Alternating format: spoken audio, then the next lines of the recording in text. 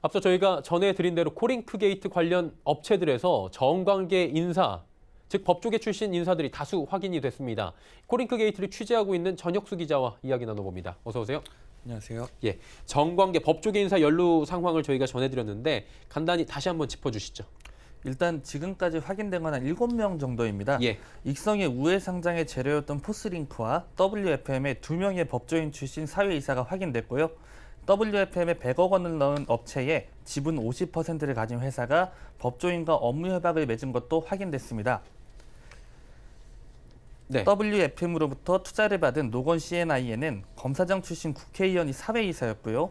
공공 와이파이 사업을 낙찰받은 PNP 플러스는 4대 주주, 5대 주주가 민주당의 전직 보좌관들이었습니다.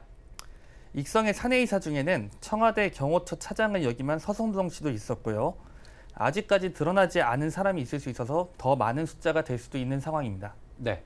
더 많아질 수도 있다라는 부분은 잠시 접어두고 단지 사회이사였거나 주주라고 해서 이게 잘못이 있다가 뭐 불법행위다 이렇게 또 단정 지을 수는 없다라는 측면도 있는 거잖아요. 이게 맞습니다. 단순히 투자자거나 사회이사라고 해서 잘못이 있다고 하면 안 됩니다. 기업에 사회이사를 했다고 범죄자로 간주하는 것은 무리가 있고요. 예. 불법을 저지른 기업, 다시 말해 정관계 인사나 법조인들이 문제기업의 사회이사거나 주주였다는 이유로 잘못이 있다고 보는 시각은 잘못됐다고 볼 수 있습니다. 다만 경우에 따라 권력을 행사하던 사람들이 현직에서 잘못을 하거나 또는 정관예우식의 커넥션으로 불법행위에 가담한 것은 아닌지 살펴볼 필요가 있습니다. 네. 그러니까 한마디로 기존의 사례들을 봤을 때 그랬던 적도 있었기 때문에 합리적인 의심이 되고 있다. 뭐 이렇게 보는 것 같은데요. 시민단체들은 정관계 법조계 출신 인사들이 지금 당장 잘못된 혐의가 밝혀지지 않는다고 해도 검찰 수사를 해서 밝혀내야 한다. 뭐 이런 입장인 것 같은데 이건 왜 그런 겁니까?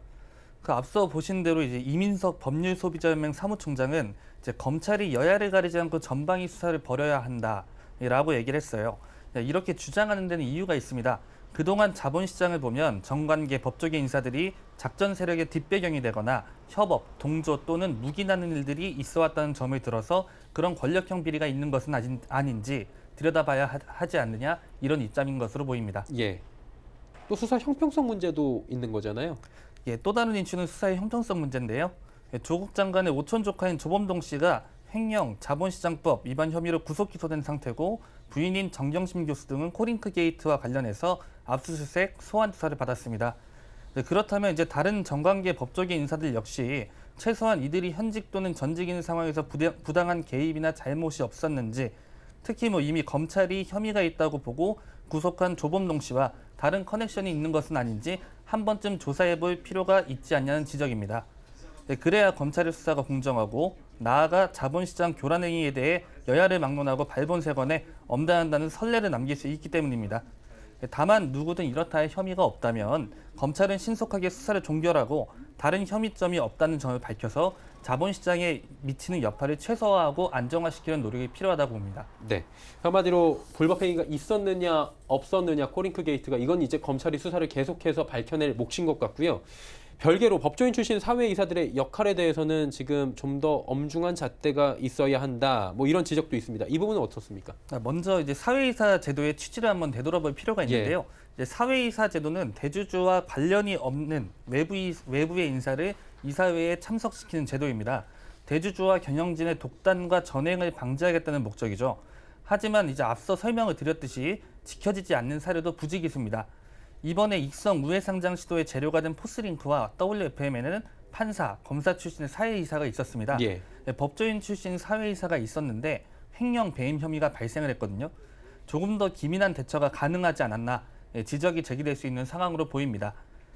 제가 이번 취재를 하면서 이제 여러 시민단체 관계자들을 접촉을 했는데요.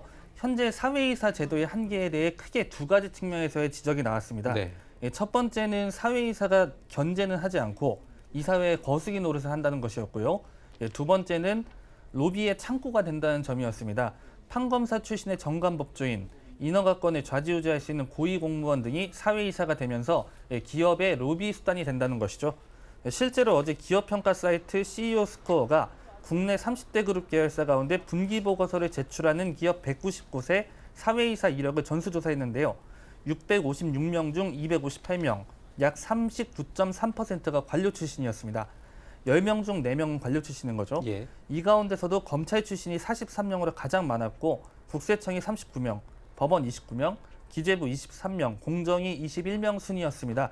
기업들이 공무원, 그중에서도 법조인 출신의 사회이사로 많이 데려가는 데는 그만한 이유가 있을 것으로 보입니다. 네, 알겠습니다. 오늘은 코링크 게이트 사회이사 관련한 여러 가지 소식들까지 함께 들어봤습니다. 전혁수 기자와 함께했습니다. 고맙습니다.